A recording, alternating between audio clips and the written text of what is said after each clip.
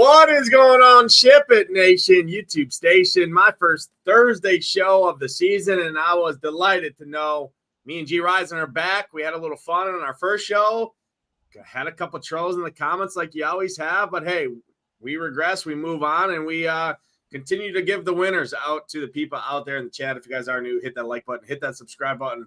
Helps us out a ton. Gyiraszin, we got day baseball and we got night baseball. For us baseball nerds like you and myself, we love it around here on these kind of days, especially when there's none of that hoops. I think they're still playing basketball. I don't even know. I haven't touched basketball in quite some time, but don't think there's any basketball going on. So I think baseball is about the only thing going on, and then the PGA golf tournament. But happy Thursday, man. What's going on, brother? Yeah, it's Thursday. I swear all day today, like I was saying earlier, man, it feels like Friday to me for some reason. Maybe I'm just excited to get to the weekend. You know why? Because it's 420, Nades. 420. So I know all the dispos here in Michigan, everything was like 50% off and getting messages from, got to come in, man, having all these specials. I'm thinking, dude, I'm going to be dropping some money on Saturday. I think it's actually 419 because Sunday nobody wants to with Easter and all that, but whatever. So, but yeah, I mean, interesting slate here today, kind of pitching like we seen, but yeah, say hi to some of these some of our fellas here in the chat. Sean, Austin, welcome to SHIPIT. So hopefully you have some fun. That Discord is pretty fun. It's probably one of the better Discords. A lot of times they get pretty toxic, people whining and pouting and crying and shit all the time, but you don't see that at all. Mowing the grass, Nate D's mowing the grass. Nate, he looks like he's having some fun. Are we on a tractor with you? What are we doing here? Make sure you weed whip too. That's what I get yelled at. Don't weed whip. Michael, Jason, BG, Little Neck, everybody in the house. So having fun with everybody. And you know what, Nades? We got a lot of fun with this slate here. We're rolling into the weekend, as you mentioned. Big Masters just rolled up here. I mean, I know we had some fun with that. It's kind of wishing Rory would have choked it out, but man, I've been on here for what? We've been on for 3 minutes and 13 seconds, and you haven't mentioned that your Brewers beat my Tigers 2 out of 3. So I'll give you that one. But, yeah, so good times. We got 5 games here to talk about, kind of bullshit about. So at least we won't have to jam in like 10 or 11 and have to be serious about every game. So we can kind of joke around a little bit today. So yeah, and hey, Mr. Goat himself, Siler Solderdong, just hit his 9th of the season. I mean, somebody might want to throw that dude on the old random, quote unquote, random piss test out there, or check his old torpedo bat. Maybe he's using it all, right? And he's got it going, but he just hit his 9th there in that early slate there. I think there was let's see, Pavin Smith went nuclear from the first base position. Josh Naylor went crazy from the first base position. Soderstrom went crazy from the first base position. So when it's like that, I mean, on DraftKings, when you can only play one of them, a home run like that's really not going to matter, especially when Pavin Smith goes out there and drops 30 bomb on the slate. Every time I play that freaking idiot, he gets 2 points or gets pinch hit for in the 5th inning.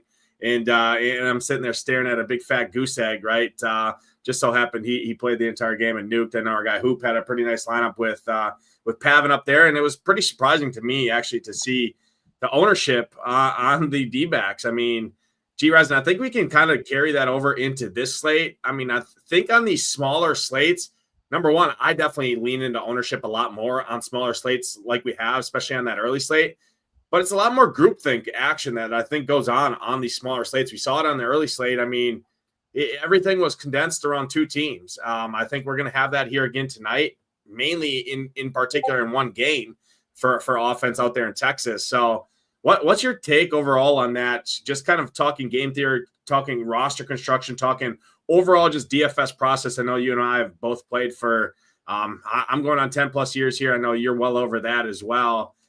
In terms of these smaller slates, like we have a 5-game slate here tonight, what do you do in terms of ownership? Because I do think in a game like this, right, where the most likely outcome is you're not going to get any points from your batters every time they're up, right? What do you do in terms of ownership on situations like this on these type of slates? I mean, it really depends. We don't have really. I mean, you're going to see Taj Bradley get some ownership on the pitching side today, and yeah, Texas is going to be chalk. Seager should be really chalky today, but I think it's just for me, on a slate like today, I generally condense it, maybe just play one team today in a single entry and, maybe sprinkle a little bit around. I'm not going to MME too much on days like today. I like to do that on a little bit bigger slates. And I really like to do it when I want to, like yesterday when we were talking about attacking Robbie Ray, so, you could have used him as your pitcher or you could stack against him. So sometimes when I see that, like, it sounds like you're discussing your MLB. What the hell? Fucking Google AI starts talking back to me on here. That's kind of creepy. Damn thing. Good thing I didn't have any porn or nothing on. We've been making some weird noises. But yeah, I mean, I think today's slate, and one of the things I like to do, Nate, I know this fucking thing starts talking to me and shit. I mean, tell me something nice. Hey, ask AI who's going to hit a home run today. I know that's the generation of the future. People out there selling AI prediction models to help make bets and predict. And I'd make fun of it, right? I laugh. I use AI every day in my normal job. It makes my life easier, right? Writing emails, writing follow-ups, scheduling meetings, summarizing stuff, etc. Never use that. I tap into it a lot. But in terms of DFS and projecting and making bets, it's actually kind of funny and kind of crazy to see how the world's going there. And I saw one of our guys in our Discord talk about the best community in the industry there. Just everyone like-minded, right? Helping each other grow and learn and build teams, was posting screenshots of the top 10 in terms of AI generated AI prediction home runs. And it was actually pretty damn spot on the one day I did see him drop. I don't know if it was coincidence or what, but it takes into account all the underlying metrics that you and I, the baseball nerds, time to look into based on the pitching matchups in the weather in the parks, and kind of predicts who's the best probability, right, to hit a home run. Would I pay for that? Absolutely not. But if you can get it out there for free, it's kind of interesting. So it's kind of funny that yeah, but what it doesn't know is the human mind aspect of it. Correct. Like I was joking with you today. Now, I mean, I'm being silly here, but let's just look at, we got the Yankees going back to their own minor league stadium in Tampa where they spend the whole winter, right? Getting ready. You don't think they got their little groupie honeys over there that the Rays been tapping now because they're in over there? I mean, we got a little clash going today. There might be some fights going on. And if there is, we know why, because then women are involved down there. I was telling my buddy, he was laughing at me. I'm like, dude, it's probably happening at some, form or fashion over there. Because, I mean. What the hell is there better to do in March and February, March and April, or beginning part of April, right? We're in the beginning part of April, but March and spring training, right? Well, I mean, they're down there for what, a month and a half at a time, and right. I mean, what else is there to do? They play a day game at 1 p.m., right? And then they have nothing else to do. It's not like they're in season where they're they usually bat once and they're out. They bat once. They're not really showing up like a regular season game where they have to really worry about it. All the young kids are the guys playing, so all the all-stars are sitting out there running the town, right? Enjoying life. Passing phone numbers, telling the bat boy, hey, look at that one over there. Go send my number over there. But yeah, I mean, and Nate too, you're talking about a strategy for the slates, dude, I think it's really important to go back. If you can consistently play in the 121 single entry on DK or the $100 single entry, go back and look at what's been winning, what the roster constructions are. If you see the same couple dudes always up in the top or whatever, look how they're constructing their team. I've noticed a slight little change here in recent times that I'm going to keep paying attention to, but I've been noticing just a 4-man stack with a hybrid where they're kind of throwing in a cash game of home run guys. They're throwing 3-4 home run guys, and the stack goes off and they hit 1 or 2 of their home run calls. Generally, if your other stack isn't working out, it just seems like I've noticed that kind of being a trend in some of these lineups that are being built. I'm going to continue to keep stacking and playing the way that I've been playing, but I've noticed some even better names that have been throwing their lineups together like that. So I haven't really narrowed it down. I really like to do that because I kind of like to know what the trend is, what's going on. Obviously stuff like that with, how people are building their lineups. I mean, it's just something I've been playing since, I think it says 2011 or whatever in my FanDuel app. So I've been playing a long time. So I've gone through a lot of different changes and scenarios and a lot of players come and gone and all this stuff. You know what? Just stay in your damn lane. Keep in what, if, the biggest mistake, somebody wins 1,000 and then tomorrow they want to play $800 when they've only been playing 50. So, that's another dumb thing. But yeah, I mean, today's interesting slate.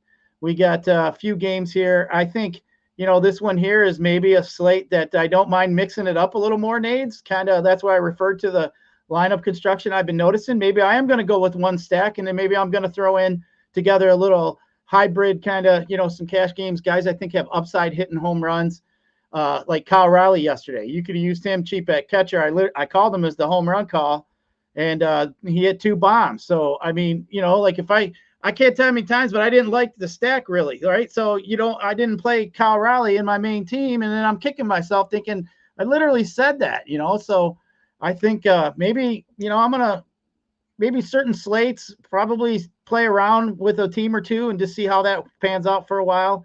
But I really like to go back and look at how teams been constructed, how they've been winning, and what's been going on. But I think that's very important. Yeah, you hit on a lot of good things there, and I'm going to add some additional color to that. Our guy Ricky, right, says he's a victim of that too. Everybody is, right? You have a little bit more cheese in that DraftKings or FanDuel account, right? And it's real easy to click just hey, enter this contest, and you don't have to hit the old deposit button or load up anything, right? Because you got it sitting in there. So yeah, we're all victims to that. But for example, right, I just filtered by the Orioles here just for the sake of this reference, right? And we can apply it over to any slate. A guy like Ramon Urias, right? He's nothing crazy. But the O's, right? Say you like the O's. I like the O's a little bit here tonight. If I want to go and stack them up, and I land on third base, right? And I have salary to kind of do whatever I want, just fictitious, right? Just make this for the point of painting a picture here. You could add in Urias to the stack, right? I think it's fine. But you could also look at this slate and go to third base, look who's around him. Josh Smith, for example, right? Take ownership, take whatever out. I'd rather play Josh Smith for $400 more, even if it makes my lineup be a 4-3 instead of a 5-3 or something like that, right? Because of you get what I'm saying, Gyiraszin. I think that's kind of what you were hitting on a little bit there in terms of smaller. I mean, you're not losing too much correlation either, because you know what? If you're playing 1, 2, 4, let's say you're playing 1, 2, 4, 5, and then you got to drop down to like 7. Sometimes you get a little gap there, so I don't mind that. But I can say, like, so I've gone through all of baseball DFS when nobody stacked. That wasn't even a thing. I went through the whole process when we figured it out. I was on the train early, so we were making money. Nobody really even cared about Coors Field. All you had to do is stack that. And then they used to show you every player on your team before the game went off. So I would look at Love Base's team or whoever else that was a big baseball player, and any player that was still in the next slate, I'd be playing all his players because he was playing them. So, I mean, there was all kinds of things you could do. But, I used to have people send me their stacks. And then, I'd be like, oh, man, and some pretty good players in the industry would send me who they like, their teams. I'd look at them, and I'd be like, you know what? I'm going to beat that fool today, and I would change one player, the one-off. I used to do that all the time, just play the one-off.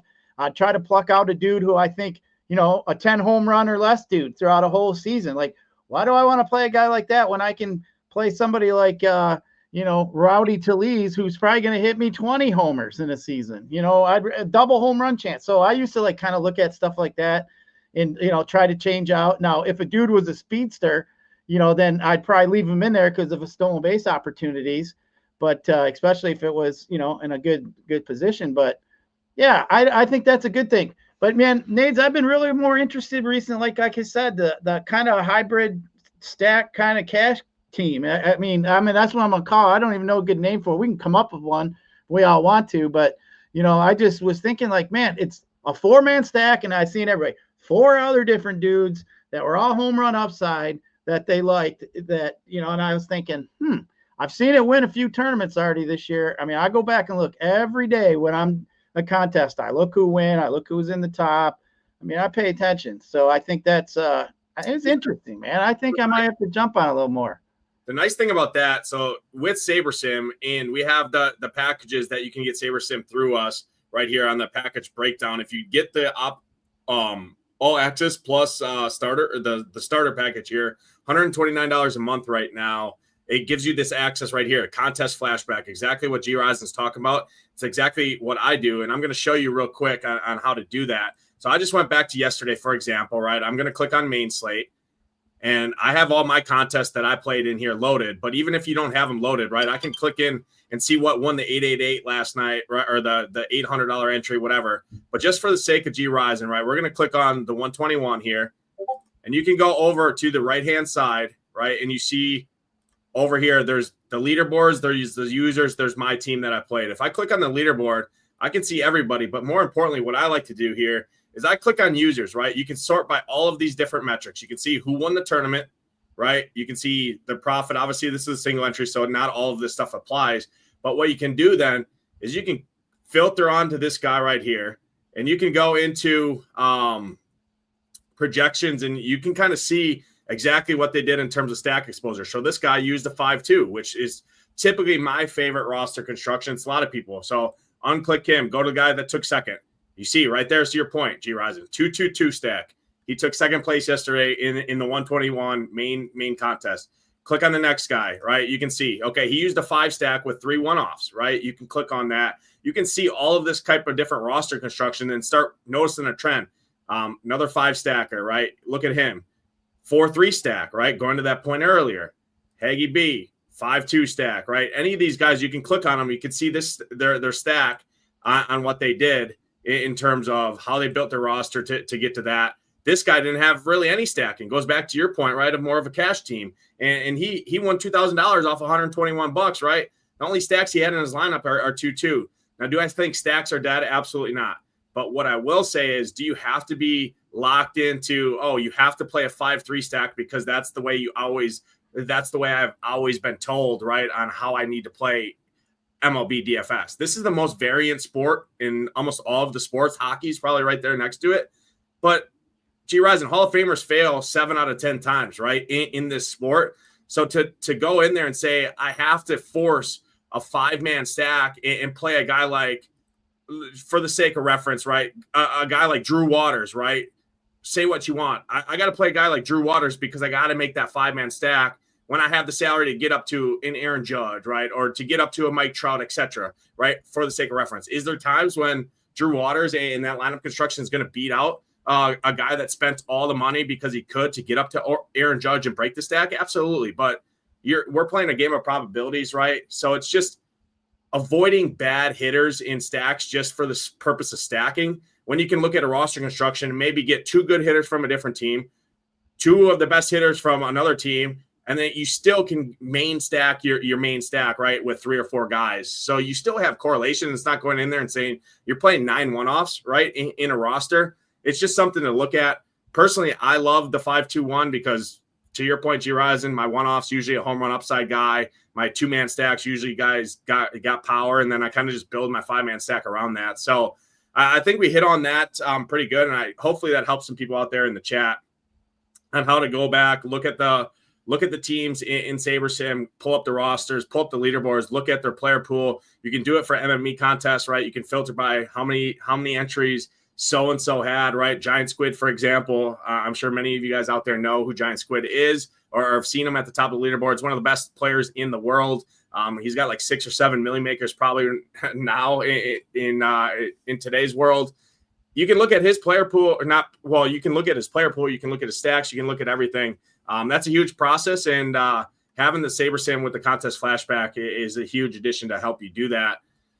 Gyiraszin, I think we talked enough on kind of just overall game theory and kind of what we're seeing and with a smaller slate, it gives us the opportunity to do that. So appreciate everyone kind of holding out and listening to that and sticking with us for that. Let's get into tonight's slate here. And you alluded to it. I ran the dry run here on SaberSim. Just did 150 teams with like some stacking rules, right? I just allowed 5-man, 5-3, and 5-man stacks. Typically how a normal tournament style player would approach a contest. Filtered by projected score to see kind of what the optimizer is giving us. And you see that out of 150 teams, 147 teams came with Taj Bradley preloaded on that team. When we talk pitching here, we're going to go, let's just hit pitching all in general because it's only 5 games. There's only 10 guys to talk about it.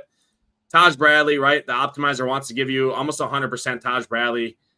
he's clear and cut the quote unquote best pitcher on the slate. But again, he's facing the Yankees. You have the old Yankees are coming to their spring training park, right? They know the scenery. They've hit in this park all spring. Then you got Tanner Bybee, right there behind him in terms of kind of the best two pitchers, if you will, on tonight's slate. Also going to be owned like it. And then pretty much everyone else, Reese Olson's on there, your boy for the Tigers, and all these other cheaper guys. What are you doing in terms of the pitching tonight? Definitely hit on Bradley and Bibee in particular, as those are definitely the quote-unquote chalkiest guys on the slate, and they don't have cupcake matchups, right? Bibee's got Baltimore, who's got really good lefty hitters. He struggles versus lefties, and Yankees are guaranteed 9 inning at-bats in 85-degree weather, wind blowing out to right field in a minor league stadium, and he's clear and cut the chalkiest dude on the slate on a short slate against one of the most high-powered offenses in the league. What's your takes here at the pitcher position? Yeah, I mean, pitcher is definitely going to be Bradley up top with that 27 per K strikeout rate. He's had 7 Ks each of his 3 starts so far.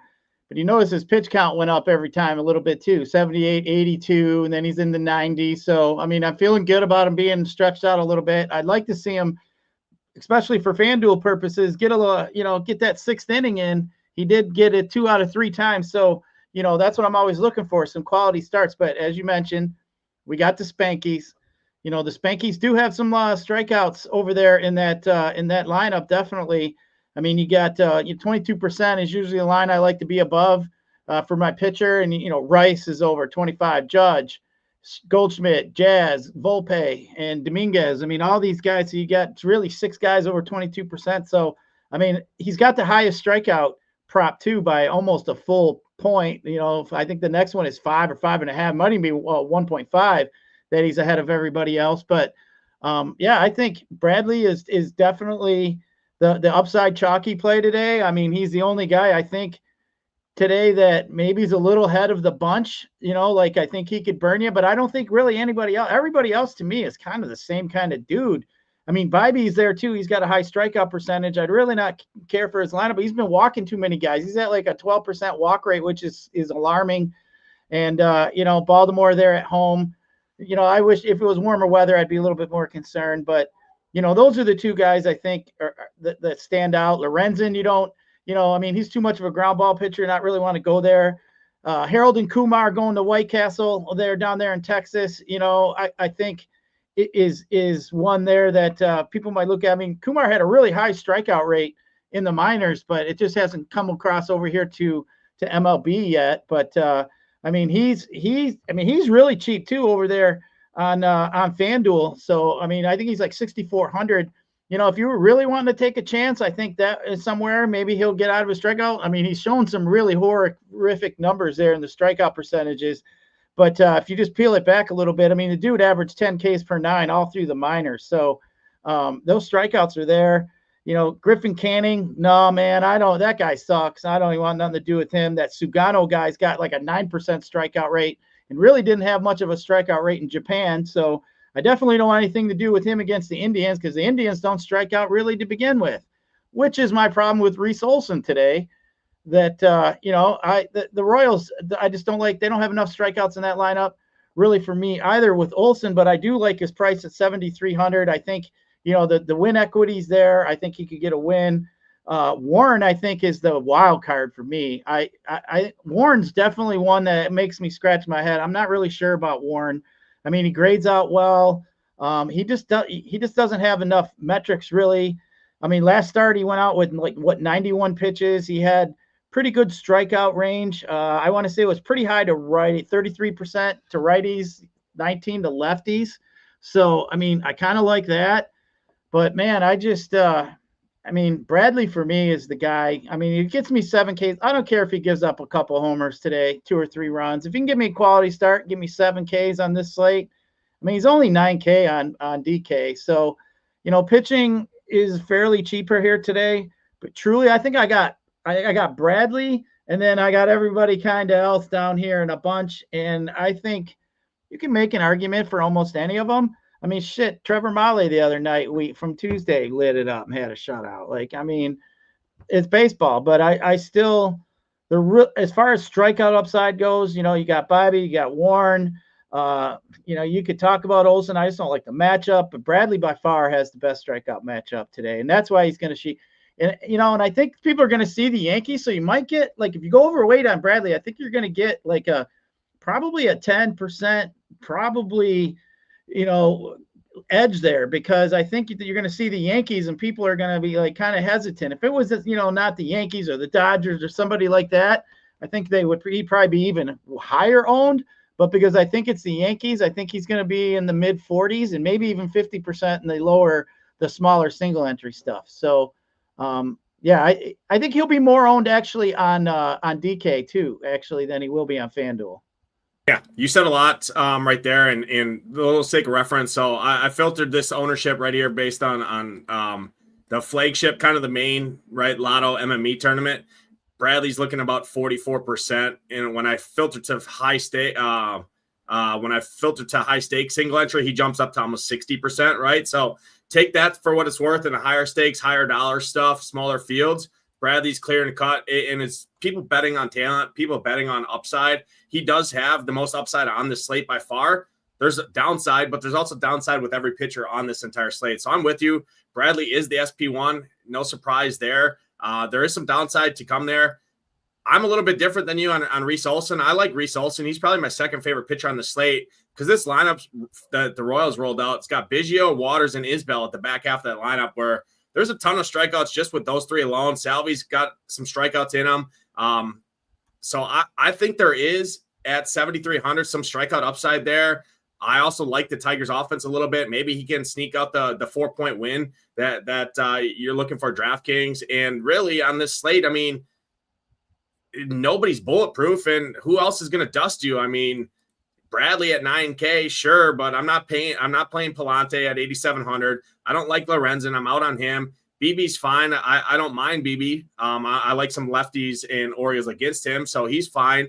Will Warren, I would say, struggles against lefties, and this lineup that the Rays rolled out is only two righties in this entire lineup. Taylor Walls is a switch hitter. I'm assuming he's going to bat from the left side to attack those splits because Will Warren is about 33% strikeouts to righties over his limited. I think he's got 36 career innings in the majors here. So still unknown, but 33% strikeout rate to the right side of the plate and just a 19% below league average to the left. And Tampa sees that, right? They rolled out a very lefty strong lineup. The issue when you're going to stack the Rays is pinch hit concerns, and the Yankees bullpen is one of the best in baseball but behind there. So from a overall pitcher standpoint, it's Bradley 1 for me. Then I'm going to Reese Olson. BB's going to be 3rd. And then, I mean, close your eyes and pick one. Will Warren, I think it does have some upside.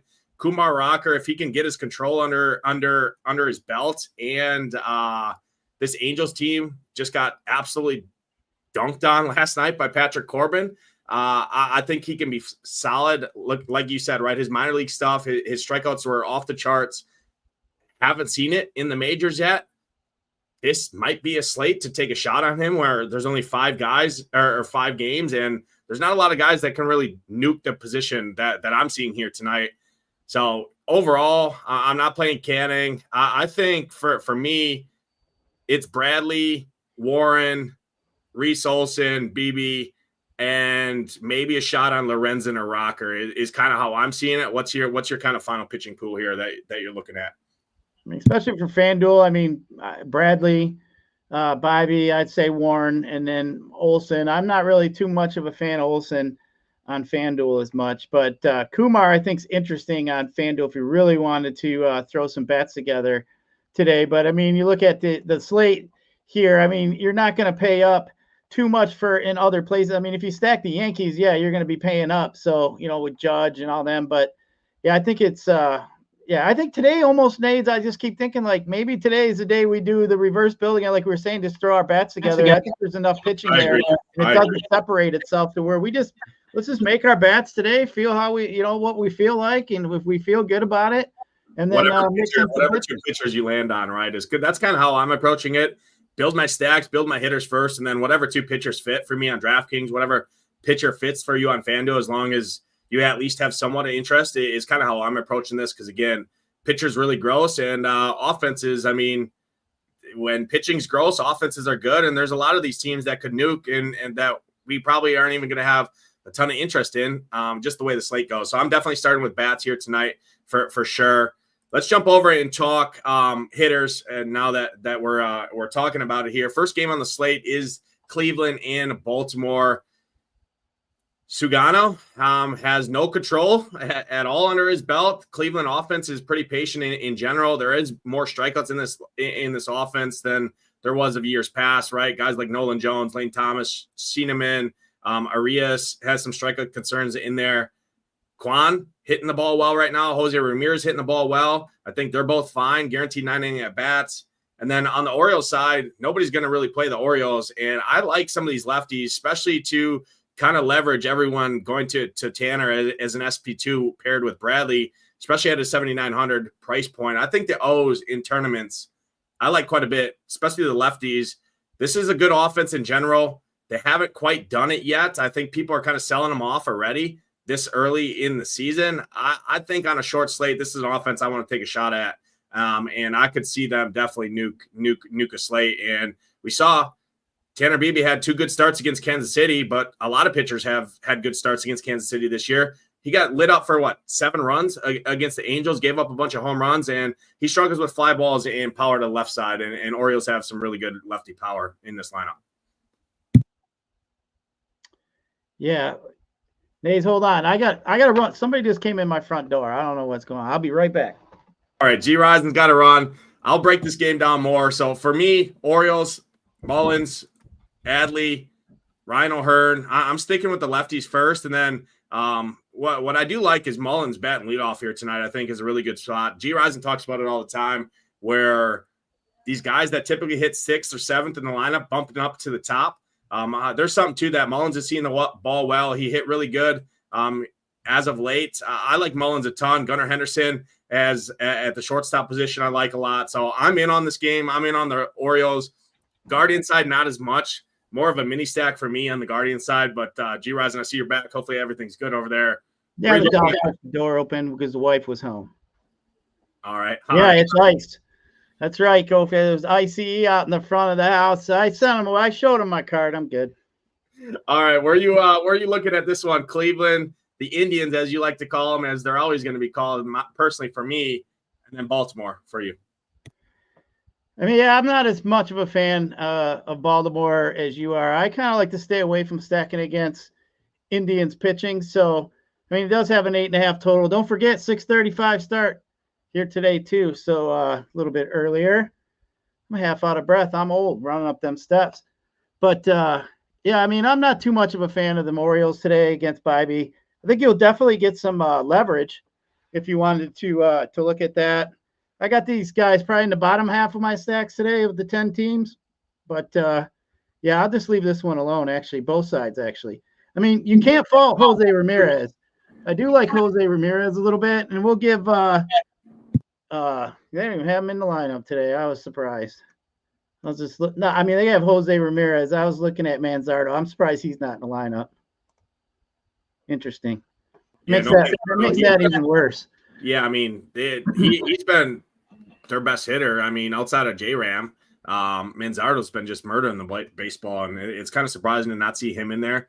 But yeah, I definitely have more interest in the O's than you do. Just looking at the last 30 days for BB here, ISO numbers of 289, fly ball rate north of 31%, strikeout rate of 17.4%. I think there's some upside here given the slate at hand in these offenses. I'll take a chance on some Orioles here at home in decent weather, 64 degrees, 60 degrees, slight wind blowing straight out to center field. I don't hate it for sure. Next game on the slate, Tigers, Royals. These are your Detroit Tigers at home there. Reese Olson, Lorenzen. I think you can play both of these pitchers. I like the Olson a little bit more. I think Lorenzen's a decent option. He's looked pretty solid. He's also reverse splitsy here. So guys like Torkelson, Dingler, some of these right-handed power bats, and then obviously Kerry Carpenter and Riley Green are two of the best hitters in baseball against right-handed pitching. What's your take here on your boys, Tigers, and the Royals at home here in Detroit? Yeah, I mean, Lorenzen got a better ground ball rate to the righties, the right side, 42. It's not too bad, like 40% to lefties. A little bit more of a ground ball lean. But, you mentioned Carpenter. He's got a 416 WOBA against righties, so he's definitely somebody that I'd start with. Torkelson, I mean, he made a way his back into the case over there, the way he's been hitting the ball. So I like what he's been doing. But Riley Green can't hit his way out of a paper bag here recently.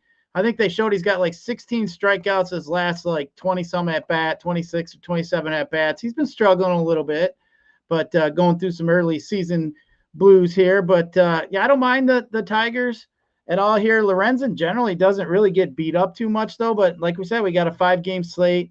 I think you can get some of these Tigers fairly cheap, so a cheaper stack.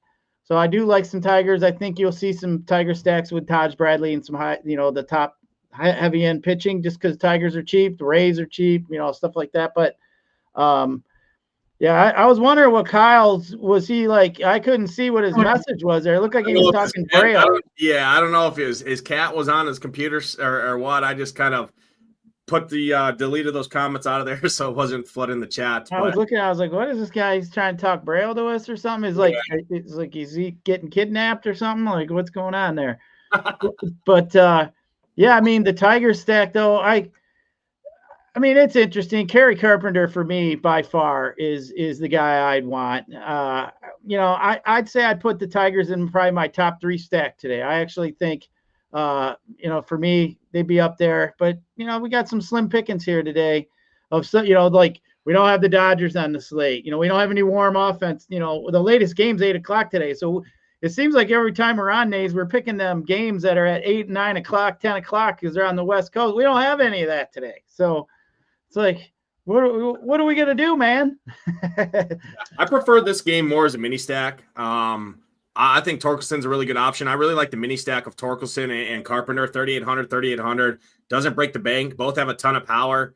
Like I said, Kerry Carpenter murders right-handed pitching. Torkelson, especially with the reverse splitsy power that Lorenzen allows to right-handed hitter, and Torkelson, the way he's swinging it. Yeah, there's some strikeout risks that come along with both of those guys, but some of the power on a shorter slate offsets that, so I don't mind it. The only caveat that I do have is, and why I like this more as a mini stack, is looking at the weather.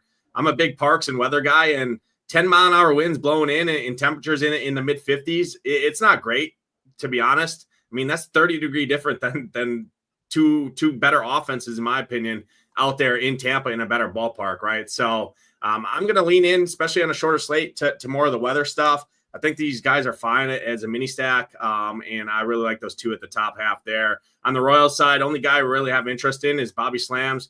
This dude's matchup proof. Doesn't matter who he's facing, especially a guy you didn't have a ton of interest in Olsen. I like picking guys when I have interest in a pitcher, guys that can get on, don't need to hit a bomb to do the damage, right? Witt can get there on the base pass. We just saw it on the early slate. Arizona had like 7 or 8 stolen bases, 6 or 7 stolen bases. Corbin Carroll had 3 stolen bases there. I want guys like that can rack up those 5 points quickly in a hurry for swiping a bag, and that's what Bobby Witt can do. And he's there's Aaron Judge, and then there's Bobby Witt and everybody else, personally, in my opinion, for best hitters in baseball right now. Mike Trout, you can make an argument up there, a lot of guys, but far and away, Bobby Witt right there at the top with Aaron Judge, in my opinion. Takes us to the best game on the slate in terms of weather, in terms of parks, in terms of everything here. Only issue is 2 decent pitchers. Taj Bradley, clear and cut, the best SP on the option on the slate. Also, you can argue the Yankees are the best offense on this slate, just overall roster and talent-wise. Interesting one here. Vegas has it as a -110, basically a pick 'em here. Even with Taj Bradley on the hill, that just, I think, gives respect to this Yankees offense. What are you doing here in terms of this game? I think this is the pivotal game of winning money here tonight in terms of DFS. What you do with this game, I think, is going to dictate a lot of your profitability here tonight, in my opinion. Yeah, I mean, this one is one of them. It's like Robbie Ray kind of feeling, but a little bit leaning toward the bat side of it, right? I mean, you got some Yankees there that definitely can strike out for Bradley. Like I mentioned, you had 6 of the 9 batters over 22%. Bradley has given up, of his 3 starts, the middle start there, he gave up 2 homers. So, but as we mentioned, he's had 7 Ks in all 3 of his starts. I mean, as far as the offense goes, as far as it goes for Bradley, I don't give a shit how many times the Yankees strike out. If they're going to hit me 3 or 4 homers today, then that's obviously what I'm hunting for. As we mentioned, I mean, the stadium that they're playing in is basically Yankee Stadium Junior down there in Tampa. Same dimensions, everything else, but like we said, it's warmer, right? So, I think the Rays side of it is interesting, just because I think they're going to be cheaper.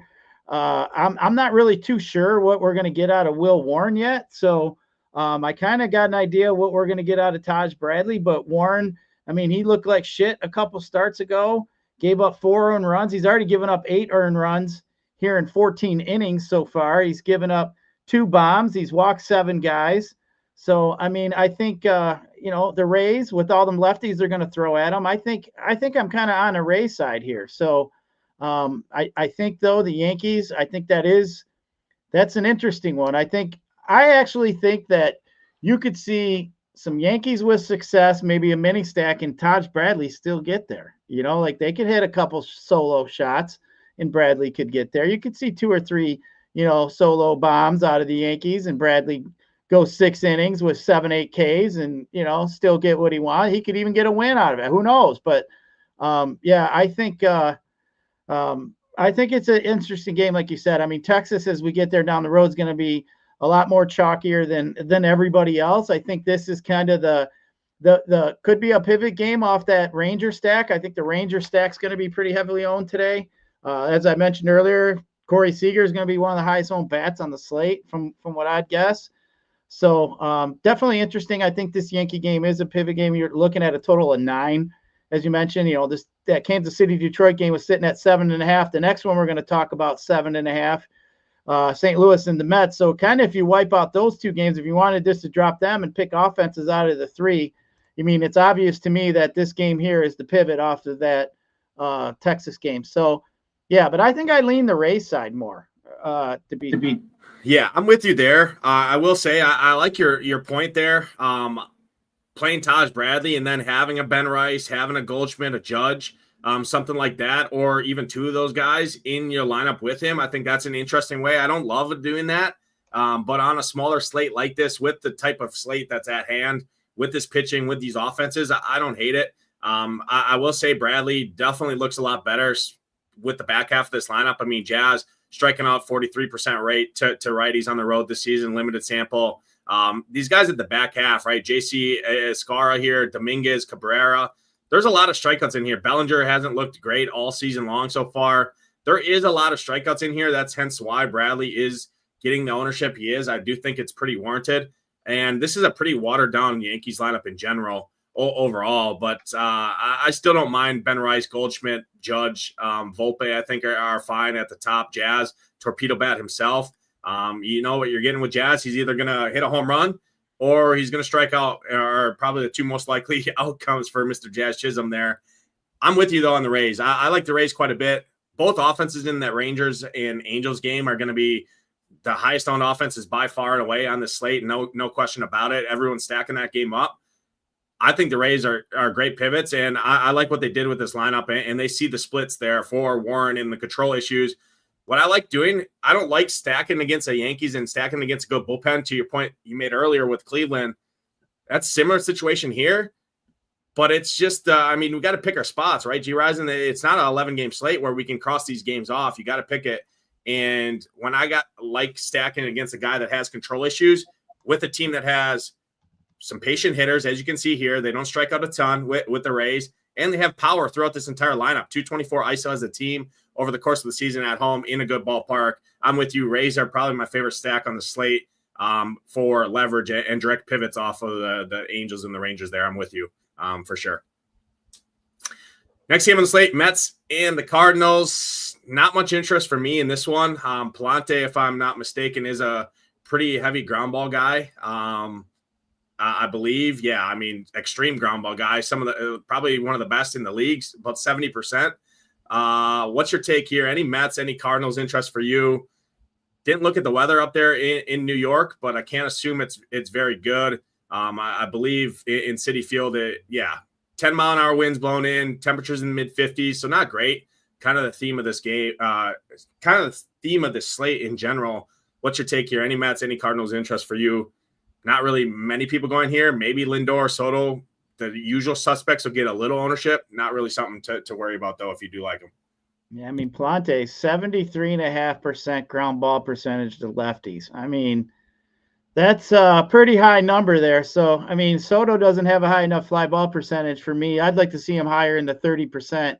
Lindor, actually, that 32% fly ball percentage, 35% ground ball. So he's kind of bounced there, where like Soto's 45% ground ball and then 27% fly ball. So, I mean, when you're kind of taking a guy like Soto out with a 73% ground ball, I mean, I'm thinking ground ball pitcher, ground ball. I mean, we're going to get a ground ball probably out of Soto. So, you know, you're taking the best hitter out of the lineup for me. That's why, I mean, that stack for me isn't even in play today.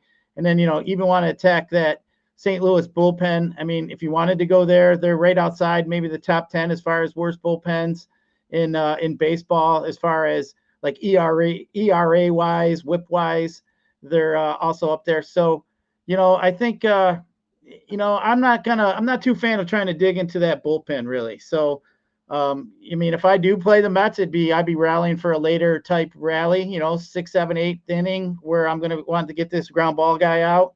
But, I mean, we're sitting on a 7.5 total. There ain't no reason to force it. Yeah, Mets third best bullpen in baseball, so that takes me Cardinals out of it too. I typically want to attack Gas Canning, but even if they start getting to him a little bit earlier, I mean, he does have strikeout numbers through the course of the season, as you can see here, 31.5%. This Cardinals offense has been abysmal, and then he's got a really good bullpen behind him, so I don't love it. And then on the Mets side, I've never stacked him against a ground ball guy, especially a mega extreme ground ball guy like Palante here. So this game's a cross-off for me. Lindor would be my far and away favorite play on the slate, or not on the slate, excuse me, from this game, because he can do it on the base pass as well, right? He'll steal second, especially in a game where it's tighter, Gyiraszin. I think managers and teams run more when it's a closer game. They know Palante's a ground ball guy, right? You're not going to be able to manufacture a ton of stuff going against him. I think they're much more willing to give an attempt and steal second, right? Start running on the base pass to start creating some havoc and manufacture runs that way. So I give a little boost to the stolen base guys in games, especially like this, where I just don't love it for offense in general. I'll take some upside there. There's a couple guys I might use as one-offs here for St. Louis. Top half of that lineup, Nootbaar, Contreras, Donovan. I might look at, you know, the top half if you wanted, you know, maybe some one-off guys. I think Nootbaar isn't a bad play, but yeah, just because it's Gas Canning, you know. But yeah, I think that'd be about all. I mean, it doesn't really get me too excited after that. Yeah, I mean, Donovan's probably my favorite play from the Cardinals side, just because position eligibility. You can play him at second base. Second base is pretty weak. Shortstop, you can play him there too. So I don't mind it. Takes us to the game that's going to make or break everybody. At least the masses are going to go here. Rangers. It's Rangers in terms of ownership, then a couple steps down, and Angels, and then a lot of steps down and everybody else. Reason being, Angels are pitching Jack K. I'm going to call him. Again, not even going to try pronouncing his last name. And then Angels, I believe right now have the third worst bullpen or second worst bullpen in baseball behind Washington. ERA of 6.11, giving up 63 hits, a 1.72 whip, which is terrible, and 10 home runs allowed with 25 walks. So bullpen has not been good for the Angels. Their starter's not very good. Rangers offense has also not been very good. So what's going to shift here tonight for you, Gyiraszin? Interest in this game. A lot to talk about here. Well, Mr. Jack Kohowanowitz, or however you say his name, definitely has more of a ground ball. He's mid 50% ground ball rate. But, you know, we talk about teams that hit fly balls. I think I mentioned the other day, man, these Ranger lineup up and down are all fly ball hitters. So I think that is definitely a plus. I think that's kind of why you're seeing the Rangers so high. Plus, man, this Jack guy's got a 7% strikeout rate to lefties, 12% strikeout rate to righties. The dude don't walk anybody, though. He gets the ball over the plate. I mean, he's got like a less than 5% walk rate to both sides of the plate. I mean, he's not walking anybody, but I mean, he's not striking out anybody either. So, I mean, if the ball's going to get up in the air today, I mean, yeah. And you mentioned that Angel bullpen stinks. Don't know if, really Texas last year kind of had the worst bullpen. I think, they're going to regress a little bit too. So I think you got two shitty bullpens in this game. I think Corey Seager is one of the top bats here today. Jock Peterson, I think, is in a really good spot. Josh Smith's in a pretty good spot. I'm interested in all of these Rangers. They are the top stack. They are going to be pretty chalky. I mean, for the reason why is obviously we got a 9.5 total sitting here at this game. It's at 8:05. It's not too late. We got the late hammer sitting here. Regardless if you play it or not, you're going to have to pay attention to it because all the stacks from the Rangers are going to be all over the boards here today.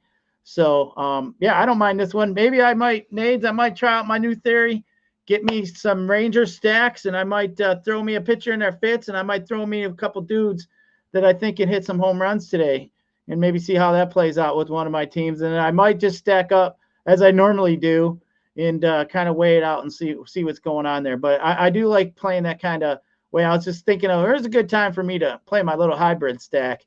And I think on a day like today where there's only this game here, I think as far as the offense goes, we kind of see where the masses are going, right? Bradley's one way, and we haven't had that in the last few days, right? Like everything was kind of more spread out. And today is a little different.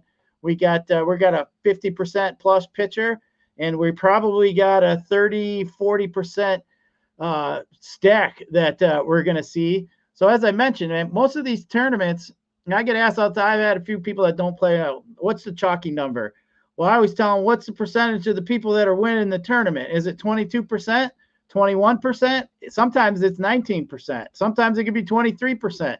So to me, that number, I mean, if you don't have that dude and 23% of the pool has him and he goes off, the chances of you cashing are going down.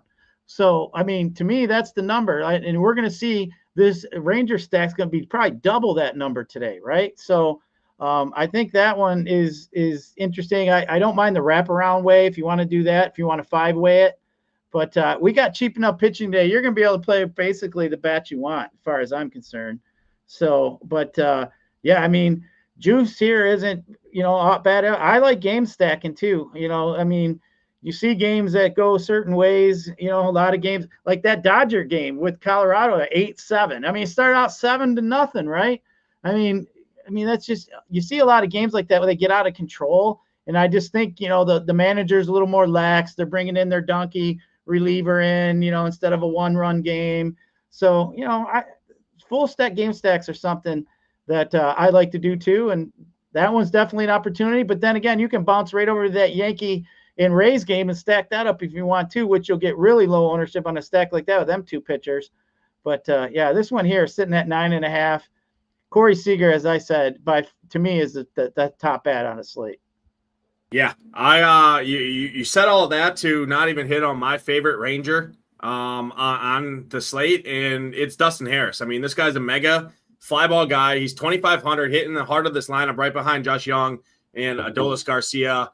Not many people are going to play him because it's not a flashy name by any means. I think he's the best play one of the best players at the ownership. I expect it to come up a little bit, but again, you don't need salary.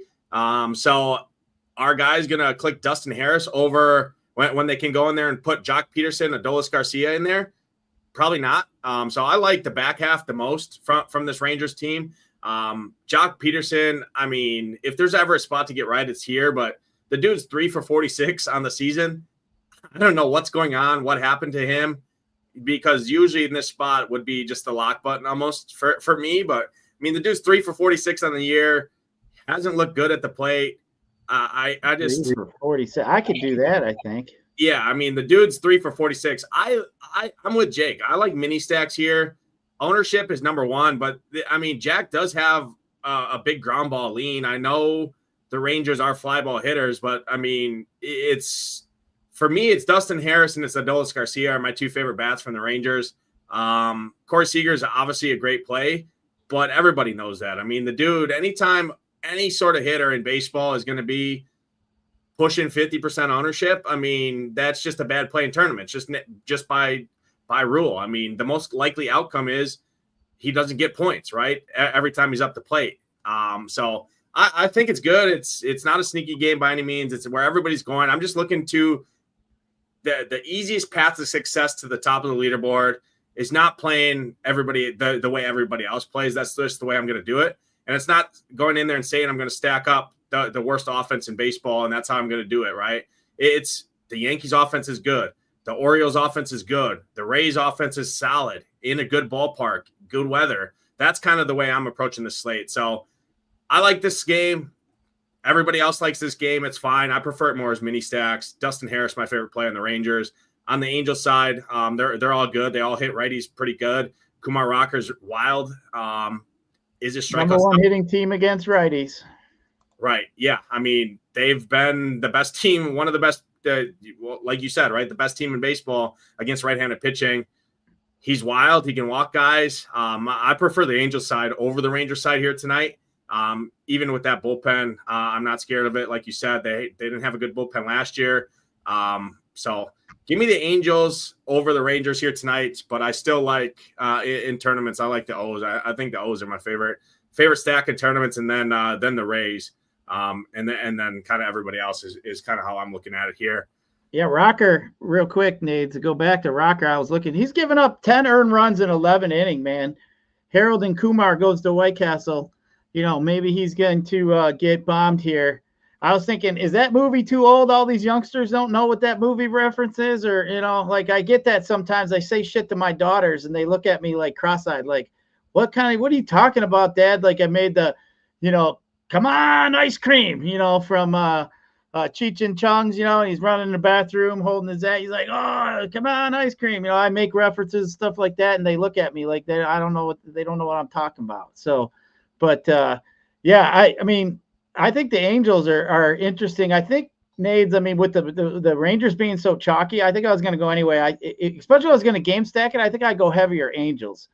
I agree. I do heavier Angels, and there's also another caveat to that. Angels were mega chalk yesterday. I mean, the Angels were 4 times the ownership of the Dodgers against the Rockies and the Rockies bullpen. And German Marquez, who is terrible, right? He looked horrible to start the year.